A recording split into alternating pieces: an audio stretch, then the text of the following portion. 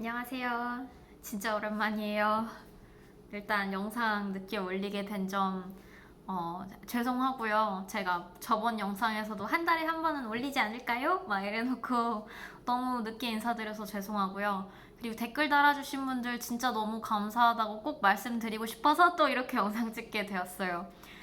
진짜 너무 다 공감되고 진짜 앨런드 하나하나 너무 개인적이고 민감할 수도 있고 그런 부분들을 그렇게 상세하게 공유를 해주셔서 진짜 너무 감사했어요. 사실 그게 말도 안 되는 생각인 것 같다고 본인이 생각하면서도 그거에서 매여 살게 되는 거잖아요.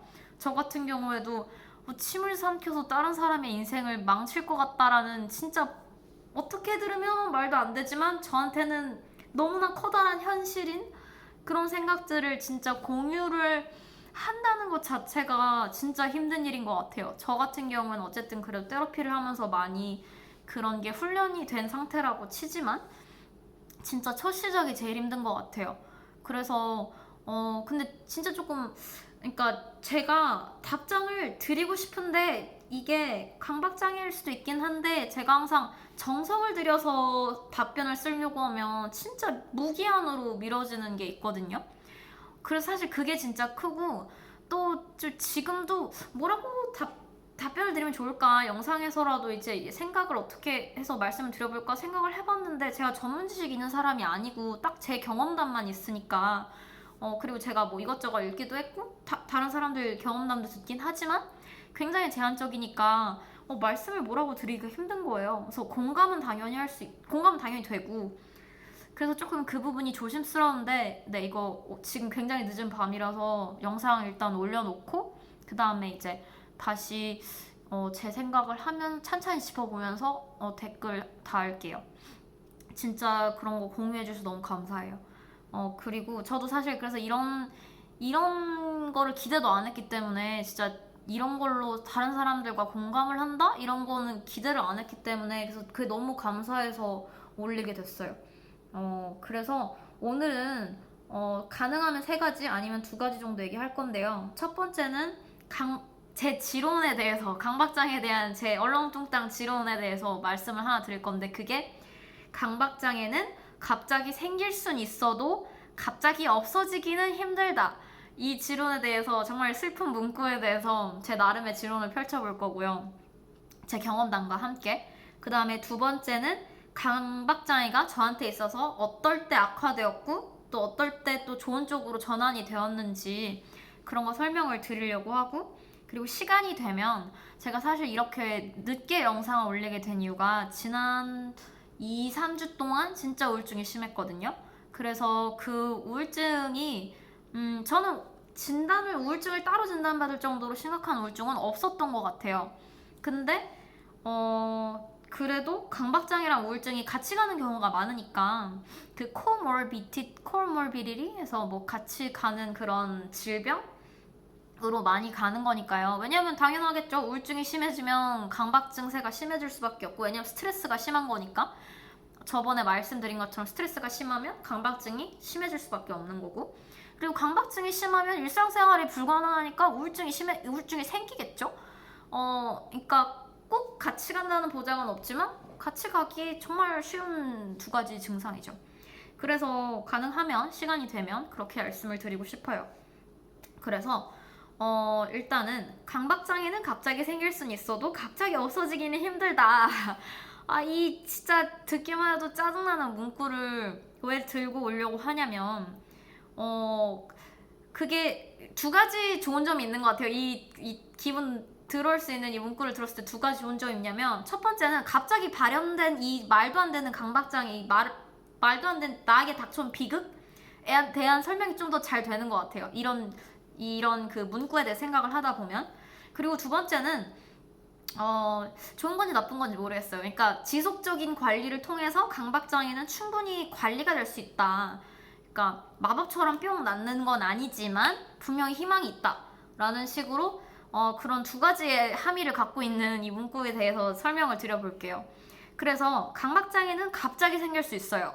진짜 뭐 문학책의 그 복선이라고 하죠. 그 복선 이딴 거 없고 그냥 어느 순간에 나는 진짜 행복까지는 아닐 수 있지만 진짜 막 난 멀쩡하게 살고 있었는데 어느 순간 하늘에 벼락이 내린 것처럼 뿌악 해가지고 진짜 나의 뺨을 휘갈기면서 진짜 난 그다음부터 막 강박장애 노예가 되어 있고 그런 경우들이 저한테도 당연히 생겼었고 그리고 흔한 일들이고 실제로 강박장애 서포트 그룹한테 이제 막 제가 이 문구를 설파를 했어요. 그렇게 생각하지 않느냐 이런 식으로 갑자기 생길 순 있어도 쉽게 낫기는 어렵다 했더니 본인이 이제 진짜 아무런 맥락 없이 아무런 이유 없이 어느 날 갑자기 닥쳐버린 그런 말도 안 되는 본인의 그 생각 때문에 인생이 그러니까 망해버린 건 절대 아니지만 그러니까 우리는 모두 희망이 있고 모두 그 행복하게 살 권리와 자격과 희망이 있습니다.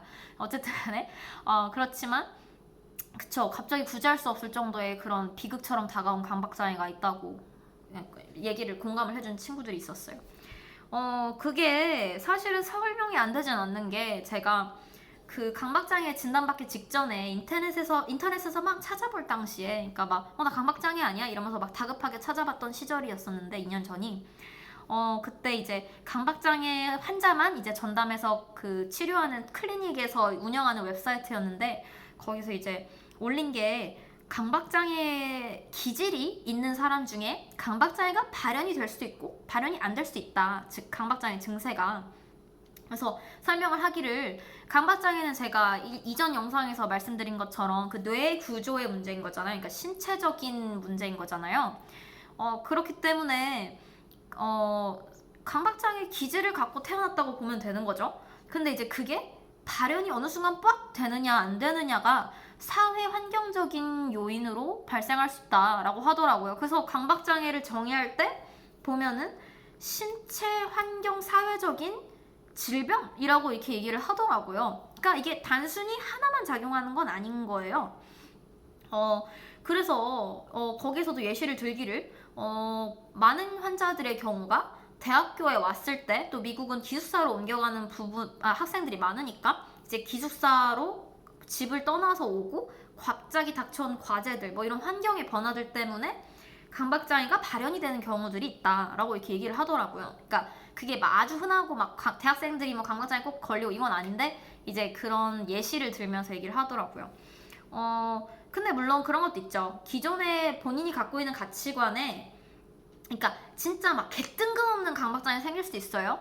그래서 다른 사람이 예시를 들면 예를 들어서 어느 순간에 갑자기 화장실에서 옷매무새를 다듬는데 어느 순간 그걸 멈출 수 없었대요. 계속 옷매무새를 계속 체크해야 되고 그러니까 그러니까 어느 순간부터는 그것 때문에 아무것도 할 수 없게 되었다라고 본인이 설명을 그렇게 하더라고요.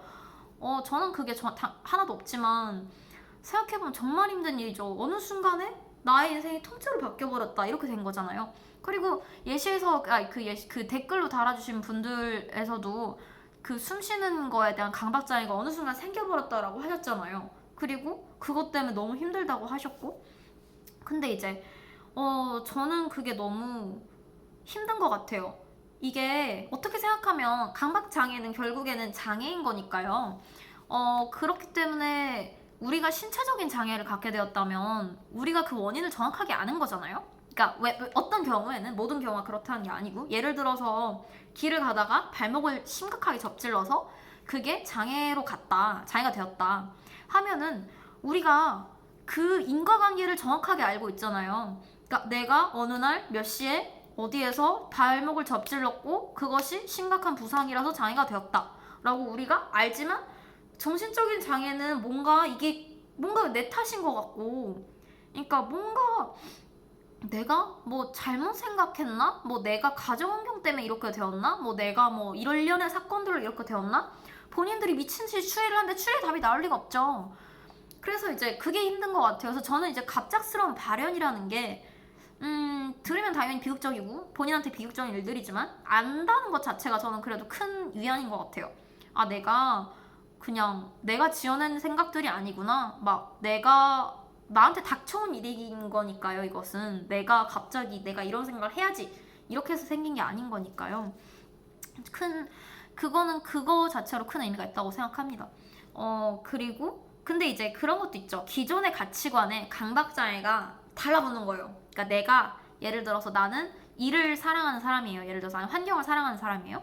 그러면 강박장애가 이렇게 오라 어라 너 이 녀석 너 뭐 환경과 일을 사랑하는 사람이고 그렇다면 그것으로 너를 고문하겠어 이러면서 거기에 달라붙어서 그것을 강박장애로 만들어버리는 거예요. 나는 그냥 순수하게 일을 좋아하는 사람이었는데 어느 순간에 나는 일을 하지 않으면 쓰레기야 뭐라든가 뭐 아니면 약간 그런 것도 있다고 들었어요. 그러니까 가족을 이제 사랑하는 마음에서 생기는 그런 강박장애. 예를 들어서 내가 이런 건 예시로 들은 거예요. 저한테는 없는데 내가 6시 정각에 집을 떠나지 않으면 내 가족이 진짜 막 죽을 거야. 뭐 우리 집이 불탈 거야. 이런 식으로 그걸 마법적 생각, 그러니까 매지컬 띵킹이라고 불러요. 따로 강박장애 그러니까 치료하는 그런 쪽에서는.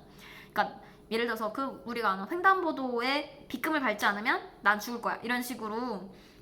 이건 뭐 가치관이랑은 좀 다를 수 있죠. 근데 내가 이러지 않으면 우리 가족이 위험에 처할 거야 이런 식으로. 나는 가족을 사랑하는 사람인데 그냥 가족을 나는 행복하게 사랑하면 되는데 강박장애가 옳다구나 너 가족을 사랑하는 거야 그렇다면 그걸로 너를 힘들게 해주지 이런 식으로 이제 거기에 달라붙는 거예요. 그래서 강박장애를 치료하는 그런 사람들 중에 가장 흔하게 하는 말이 강박장애를 사람처럼 대하는 거예요. 그러니까 나의 인격체와 다른 사람처럼 대해서 강박장애 굉장히 못된 빌런인 거예요. 그러니까 내가 좋아하는 건 무조건 괴롭히려고 뺏어가려고 악쓰는 그런 진짜 못 처먹은 빌런이에요.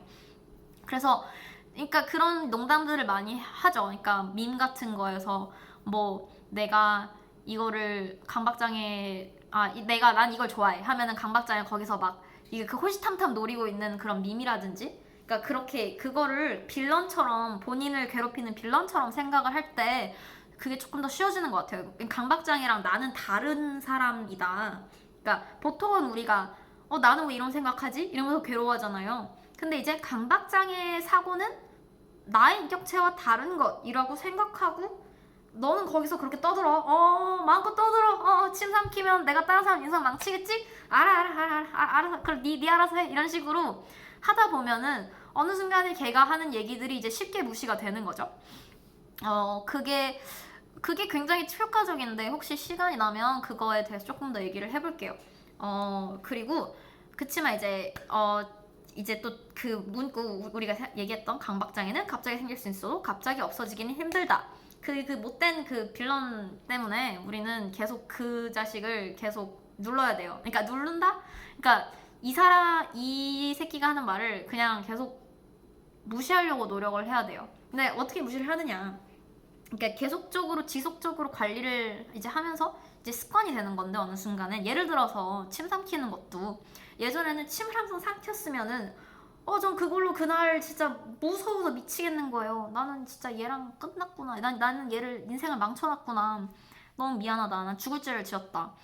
해서 계속 생각을 하죠. 그렇게 빌런이 새끼가 계속 떠드는 거잖아요. 야, 너 제 인생 망쳤다. 너는 이제 망친 애들이 인생이 한두 명이 아니야. 막 이러면서 막 떠들잖아요. 그 생각에 막 괴로워하는 거예요. 맞아. 난 진짜 못됐어. 근데 이게 어느 순간에는 처음에는 걔 말을 계속 듣죠. 근데 나중에는 이제 연습을 계속 하는 거잖아요. 그런 나는 진짜 못된 사람이라는 막 걔가 진짜 침을 삼켰는지 안 삼켰는지를 계속 생각을 해야 되고 근데 어느 순간에는 그거를 저항을 하려고 하는 거죠. 걔가 막 빌런이 이제 그 강박장애 빌런 새끼가 막 떠들고 있을 때 막 그러니까 이게 뭐라고 해야 되지? 그러니까 그런 생각을 하지 않으려고 노력하는 거? 그러니까 예를 들어서 침 삼키는 것도 옛날에는 진짜 막 저 사람 나 때문에 침 삼켰나 하면 막 생각을 하게 되는데 어느 순간에는 침 삼켰을 수도 있지 아닐 수도 있지 일단은 이러면서 막 넘어가려고 노력하는 거예요. 나 때문에 침을 삼켰나 안 삼켰나 나 때문에 인생을 망쳤다 이런 생각을 파고들려고 하지 않고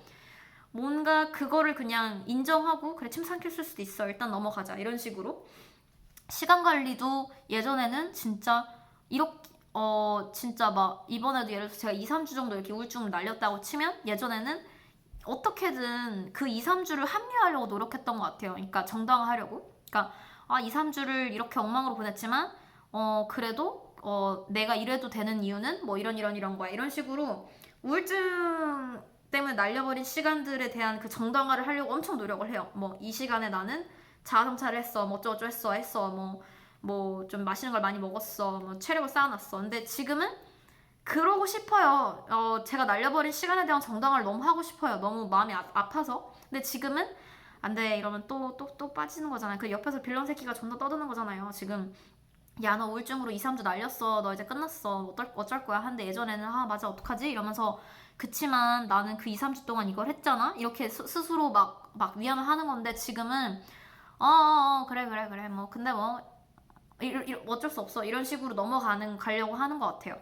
그러니까 근데 이게 계속적으로 이렇게 해야 되는 것 같아요. 그러면서 이게 어느 순간에 습관이 되고 그래서 얼마 전에도 제가 침 삼키는 거를 정말 고통스럽게 삼키는 거를 한 학기 내내 봐오신 지도 교수님이 있는데 제가 강박장애라는 얘기를 하면 그 교수님이 제가 무슨 얘기를 하는지 좀 아시더라고요. 제가 침 삼킨다는 얘기는 아무한테도 안 했어요, 학교에서.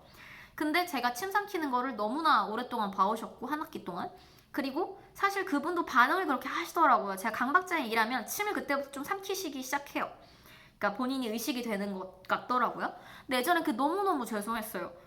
너 어떡하지? 진짜 저 사람은 나 때문에 이런 걸 알아버렸네? 근데 지금은 그리고 근데 이제 한동안은 그런 페이즈, 그러니까 그런 시기가 있었죠. 아, 교수님이 나 때문에 삼킨다고 생각하면 안 돼. 그냥 넘어가자. 아닐 수 있어. 했는데 지금은 아주 솔직히 봤을 땐 제가 저 때문에 삼키는 것 같아요. 강박장애라는 말이 나왔을 때 항상 그렇다는 게 아니고.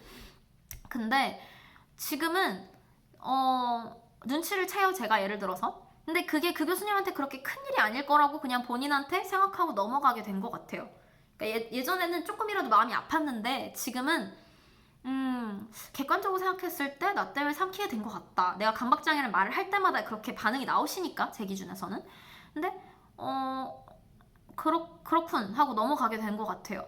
근데 이제 그 과정까지 오는 게 지금 강박장애가 시작된 게 예를 들어서 지금 10대 후반이었으면은 지금 뭐 십몇 년이 됐다고 지금 10대 후반까지는 아니었고 10대 중반 했을 때 지금 강박장애 고생한 게 십몇 년인 거고 지금 치료받은 게 2년인 거잖아요. 근데 이제서야 진짜 편안해진 거잖아요. 침 삼키는 거에 대해서. 굉장히 오래 걸렸던 것 같아요. 그리고 여전히 가끔씩 심해질 때도 있는 거고 환경보호와 관련된 강박장애의 경우에는 어느 날에는 진짜 박스를 또 못 버리고 있는 저를 발견하게 되고 그러니까 왔다 갔다 하는데 제가 아까 말한 그런 신체적 장애랑 비교를 했을 때 그러니까 우리가 발목이 다쳤다면은 계속 지속적으로 뭔가 안마를 해줘야 된다 뭐 이런 지침을 받을 거 아니에요? 그러면은 맨날 관리를 해주면 많이 낫겠죠? 근데 이제 예를 들어서 비가 오는 날, 막 그러면 이제 그때는 진짜 발이 아프다. 진짜 이날은 내가 옛날에 다쳤던 부분이 아프다. 할 때도 있는 거죠. 그리고 진짜 막 하늘을 날아갈 듯이 뛰어도 안 아픈 날이 있을 수도 있는 거고, 컨디션이 좋은 날. 그래서 근데 이제 기본적으로 우리가 어느 정도 관리를 계속하고 있다는 전제 하에서는 이제 어느 정도 이제 일상생활에 영향을 주지 않는데 심한 날도 있고 아닌 날도 있는 거죠. 그래서 좀 더 정신장애를 생각할 때 신체적인 장애가 우리가 좀 그 예를 쉽게 아니까 그랬을 때 좀 도움이 많이 되는 것 같아요. 그래서 강박장애가 어떨 때 악화되었고 어떨 때 좀 더 나아졌냐 제 경험상 얘기를 드리면 저 같은 경우에는 아까 제가 웹사이트에서 봤다고 했듯이 강박장애가 악화될 때는 이제 새로운 환경에 노출되었거나 스트레스를 많이 받을 때 확실히 안 좋아지죠. 그리고 저는 진짜 최근에 확 깨달은 게 생리전 증후군 있을 때 개 심각해져요. 그러니까 아예 바닥으로 확 치달아요. 근데 이때까지는 그게 연결을 못 지었던 것 같아요. 그냥 그 주에 일이 너무 많았기 때문에 그래서 그랬겠지 하고 넘어갔는데 이번 달 때 생리전 증후군 때 미친 듯이 바닥으로 갔거든요. 근데 생리전 증후군이라는 걸 알고 좀 하루가 지나니까 머리가 말끔해지는 거예요. 여전히 조금 우울증기는 있었는데 그 정도까지는 아니었다는 거. 근데 이제 그런 호르몬의 영향이 진짜 큰 것 같아요. 실제로 그 강박장애 서포트 그룹한테 제가 그냥 그런 것 같다라는 식으로 얘기를 했을 때 옛날에 몇 달 전에 그 생리전 증후군이랑 같이 오는 뭐가 있다고 하더라고요. 강박장애가. 그래서 제가 아직 그걸 제대로 안 알아봤는데 실제로 제가 피임약을 먹었을 때 정말 진짜 그 패닉 어택? 그거 뭐죠? 그 진짜 숨도 못 쉴 정도로 어느 순간에 너무 스트레스를 받아서 진짜 목을 부여잡을 정도로 숨을 못 쉴 정도로 스트레스를 받았을 때가 있었어요. 그래서 그것 때문에 그 호르몬 피임약 같은 걸 아예 이제 못 먹어요.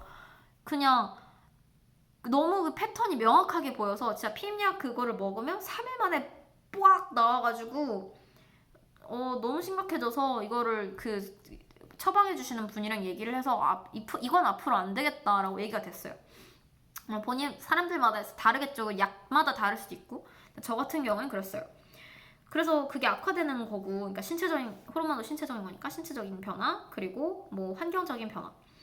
그 다음에 근데 이제 좋아질 때가 어느 때였냐면은 아까 말한 것처럼 저는 진짜 꾸준한 노력이 빛을 발할 그런 아주 끝자락에 있는 그런 때가 당연히 전환점이겠죠. 그러니까 좀 나 이럴 때 있잖아요. 나 침 방금 안 삼켰어. 그러니까 이럴 때 기분 확 좋아지죠. 그러니까 그거는 이제 전환점의 그 느낌이죠. 전환점을 봤을 때 느낌이 어떻냐. 그러니까 서서히 나아졌을 때의 나의 기분이 어땠는지를 설명드린 거고. 그나마 조금 전환점이라고 할 만한 게 강박장애는 내가 아니다. 강박장애는 나의 가치관이 아니다. 강박장애는 그냥 빌런 새끼다. 이런 식으로 잘라낼 수 있을 때 조금 나아지는 것 같아요. 예를 들어서 제가 이번 우울증 때문에 어떤 일들이 힘들었냐면 당연히 그러니까 우울증 때문에 일을 제대로 못했다는 때 힘들었죠. 그리고 그런데 이제 어떻게 생각을 나름 전환을 하려고 노력을 했냐면 우울증으로 뒤처진 건 맞아요. 정당화하려고 하지 않았고 이게 어떤 의미가 있을 거야 라고 스스로 막 의미부여하려고 하지 않았고 우울증 때문에 실제로 2, 3주 동안 아무것도 안 하고 제가 유튜브만 하루에 대여섯 시간 7, 8시간 본 거 맞아요? 그래서 시간을 엄청나게 날려버렸어요. 인정. 그래서 인정을 하는 게 일단은 편했던 것 같아요. 그러니까 이거는 내가 우울증에 걸렸지만 이런 의미가 있었고 이렇게 생각하려고 하면 끝도 없는 것 같아요. 그게 강박장애의 그게 시작이거든요. 저한테는. 그렇기 때문에 우울증 때문에 시간 날린 거 인정. 그거 맞음. 근데 이제 우울증 때문에 이제 그런 것 때문에 나는 진짜 안 될 사람이다. 이런 식으로는 절대 박사과정을 못 끝낸다. 이런 식으로 했는데 그거에 대해서 항상 이제 본인이 혼자 갑론을박을 많이 하죠. 나는 진짜 될 놈인가 안 될 놈인가 이런 식으로.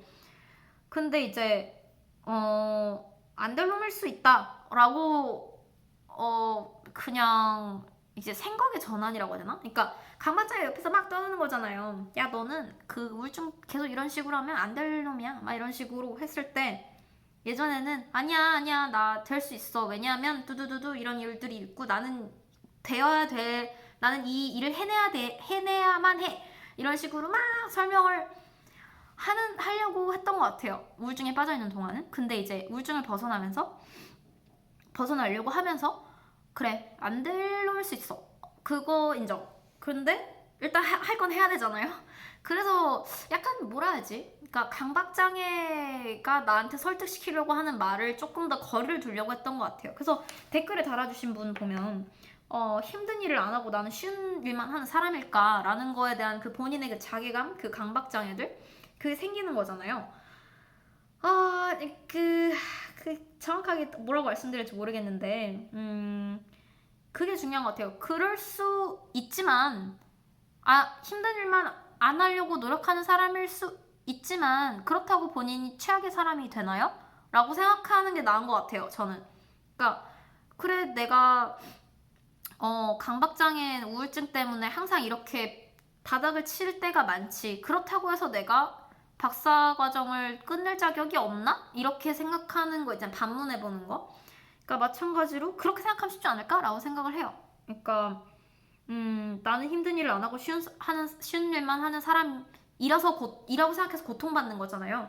그치만 먼저 그럴 수도 있다라고 생각을 하고 그 다음에 그치만 어느 순간에는 본인이 내가 힘든 일을 골라서 그러니까 내가 쉬울 수도 있었던 일을 그러니까 쉬운 일을 골랐을 수도 있는데 힘든 일을 이렇게 멋지게 해냈구나 라고 본인이 느끼는 순간이 저는 온다고 생각하거든요. 그럴 때마다 이제 느끼는 거죠. 내가 생각했던 강박장애는 현실이 아니었구나.